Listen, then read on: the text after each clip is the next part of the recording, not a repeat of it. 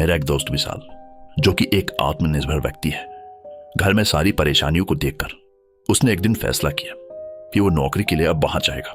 उसके घर वालों ने कुणाल को बहुत कहा कि अरे बेटा, तूने अभी तो 12वीं पास की है, तेरा कॉलेज में भी एडमिशन करवाना है। लेकिन दूसरी ओर कुणाल जानता था कि उसके माता पिता उसका एडमिशन एक अच्छे कॉलेज में नहीं करवा पाएंगे। उसकी आंखों में आंसू थे। वैसे वो अपने परिवार को बहुत मानता था, लेकिन समय की मार ने उसको घर की हालत दिखाकर विश्वास करा दिया कि उसे घर से बाहर जाना ही होगा। उसने घर वालों को साफ साफ कह दिया कि वो आगे की पढ़ाई नहीं करेगा, उसको कमाने के लिए मुंबई जाना होगा। वैसे कुणाल एक बहुत ही होशियार और चतुर भी था। आज के जमाने के सारे लोगों के बारे में उसे पता था। उसके घर वाले बहुत रोए जब वो घर से जा रहा था, क्योंकि जब तक वो घर पर था तो सबकी नजरों के सामने रहता था। उसकी एक 9 साल की छोटी सी सुंदर बहन भी थी। कुणाल अपनी छोटी बहन को दिल से बहुत प्यार करता था। कुणाल की छोटी बहन ने उसे अलविदा कहते हुए लगातार फोन करते रहना कहा। इसके बाद वो सीधा मुंबई के लिए रवाना हो गया। उसने वहां पर रेणुका नगर में नासिक की तरफ एक किराए का घर लिया। मकान मालिक अच्छा था, उसके साथ उसकी अच्छी पट रही थी, और एक खास बात, वो उतने ही पैसे लेकर आया था ताकि 1 महीने तक का किराया और 2 वक्त की रोटी हो जाए। लेकिन किस्मत ने ऐसा साथ दिया कि उसकी एक अच्छी नौकरी भी लगी। वो 12वीं पास था, लेकिन उसे कंप्यूटर में सब कुछ पता था।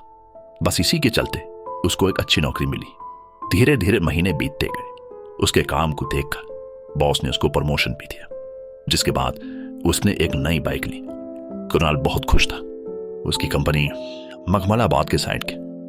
शुरू में वो बस से जाता था तो उसे तकरीबन 1.5 घंटा लग जाता था, पर अब उसके पास बाइक आ चुकी थी, जिससे वो 15 या 20 मिनट में ही पहुंच जाया करता था।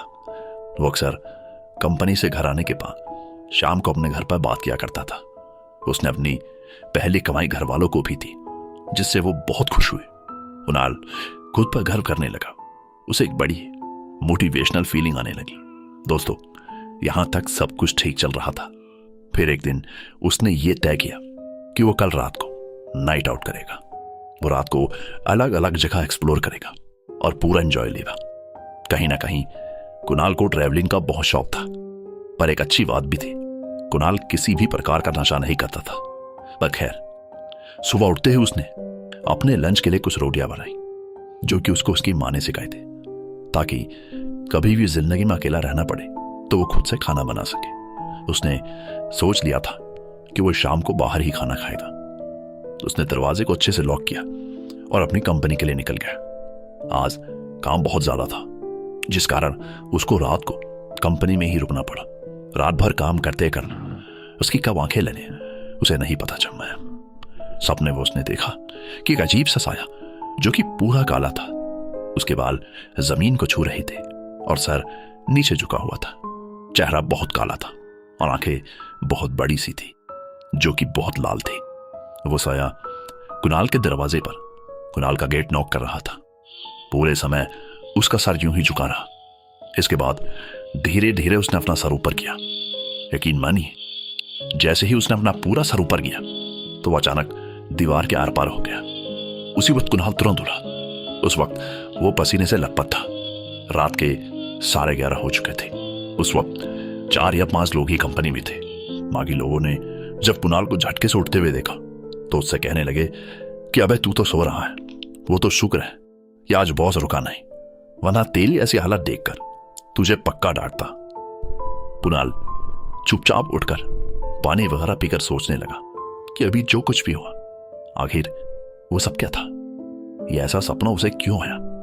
कहीं ना कहीं वो अंदर से डर चुका था, पर खैर उसने अपना काम जल्दी जल्दी किया। आज उसका नाइट आउट वाला प्लान भी कैंसिल हो गया, क्योंकि काम बहुत ज्यादा था। अब इसके बाद वो क्या करता। वो चुपचाप घर के लिए रवाना हुआ। आज दिल में थोड़ा डर भी था। मन में यही सवाल गूंज रहा था कि आखिरकार वो साया कौन था, जो कि सपनों में मेरे दरवाजे के सामने था। इन्हीं सब बातों को सोचता हुआ वो अपनी बाइक आगे की ओर बढ़ाता है। रास्ते में एक छोटा सा जंगल पड़ता है। रात बहुत ज्यादा हो चुकी थी और वो रोड दोनों तरफ फैला हुआ था। कुणाल को उसी रास्ते से घर जाना था। वो अक्सर इसी रास्ते से आता जाता था, लेकिन आज की बात कुछ और थी। आज वो डरा हुआ था। वैसे तो वो उस रास्ते से नॉर्मली चला जाया करता था, मगर आज उस रास्ते से उसे बहुत डर लग रहा था। मन एकदम घबराया हुआ था। उसी बीच उसे अचानक से वॉशरूम लगे। उसे मजबूरन उस जंगल वाले रास्ते पर रोकनी पड़ी। उसने सोचा कि क्यों ना यही साइड में कर लेता। वैसे भी वहां कोई नहीं था। उसने रोड पर बाइक स्टैंड लाई और फोन की रोशनी ऑन की। वो अपनी बाइक से थोड़ी दूर आ गया था। उसे इस बात का जरा सा भी नहीं मालूम था कि उस जंगल की ठंडी हवाओं से उसके रोंगटे खड़े हो रहे थे। जंगल पूरा सुनसान था। चारों तरफ बस अंधेरा ही अंधेरा था। उसने वॉशरूम करते समय पाया कि वो अपनी बाइक से बहुत दूर आ गया है। खैर, वॉशरूम के बाद वो अपनी बाइक की ओर बढ़ा। पलटकर वो जैसे ही जाने को हुआ तो उसने ध्यान दिया कि ठीक उसकी बाइक की सीट के ऊपर कोई खड़ा था। दूर से वो दृश्य बड़ा ही भयानक लग रहा था।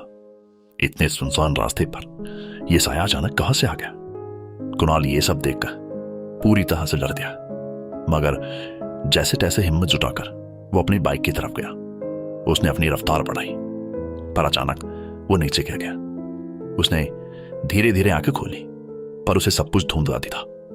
लेकिन जब उसने बाइक की ओर दोबारा देखा तो उसकी रूह कांप गई। उसने पाया कि ठीक वो साया बाइक के ऊपर खड़ा खड़ा एक खंबे जैसा लंबा होता जा रहा था। कुणाल को कुछ भी समझ नहीं आया। उसने तुरंत अपनी आंखें मली तो देखा कि बाइक पर कोई नहीं था। ये देख कुणाल बिल्कुल घबरा गया। वो सोच में था कि जो कुछ भी उसने अभी देखा वो साया अचानक कहां गायब हो गया। कुणाल भागकर बाइक की तरफ गया। उसने तुरंत इधर उधर कहीं नहीं देखा और सीधा अपनी बाइक दौड़ाई।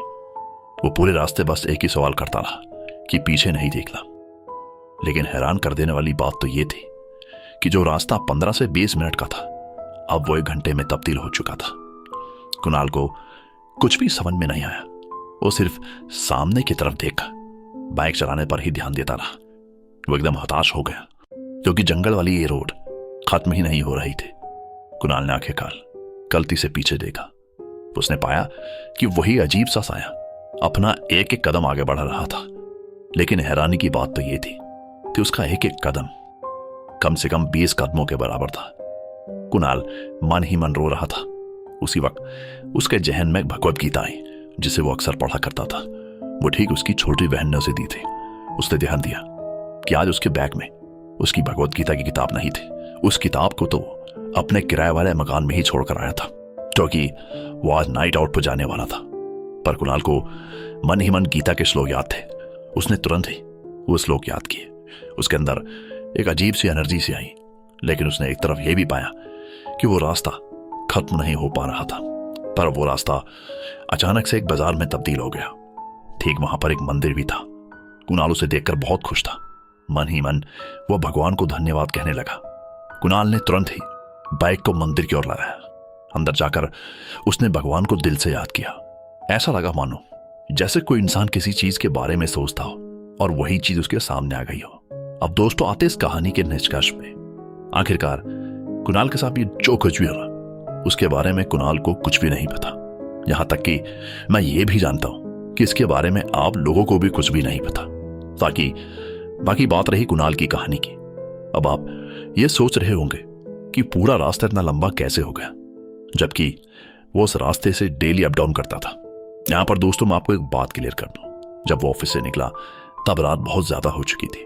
उसके मन में इतना ज्यादा डर था जो कि उसके दिमाग पर हावी हो चुका था। पूरे घर का रास्ता बिल्कुल एज इट इज वैसा का वैसा ही था। लेकिन कुणाल हड़बड़ी में इतनी दूर चला गया कि उसे खुद को भी नहीं पता चला कि आखिर वो कहां से कहां तक पहुंच गया।